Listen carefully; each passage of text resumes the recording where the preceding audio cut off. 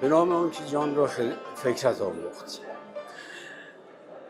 نمایشگاهی رو که الان مشاهده می‌کنیم به همت و تلاش و پیگیری‌های خانم علادادیان، هنرمند پرتلاش، برپا شده و در واقع در شرایطی که جمع کردن این همه هنرمند دور هم و نمایشگاه این چنینی رو برپا کردن کار فوق‌العاده مشکلی بودی که ایشون از عهده‌اش برآمده. در واقع تمام بار برپایی و تمام کارهایی که انجام شده به همت ایشون بوده. من در ابتدا ازشون تشکر میکنم و نمایشگاه رو هم یک نمایشگاه فوق‌العاده‌ای میبینم در شرایطی که اجتماع ما درگیر مشکلات عدیده‌ای هست.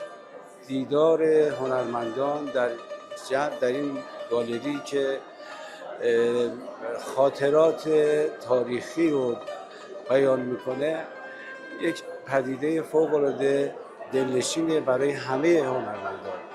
یک بار دیگر از خانم علادادیان تشکر میکنم که چنین اتفاقی رو شکل دادن. خیلی متشکرم.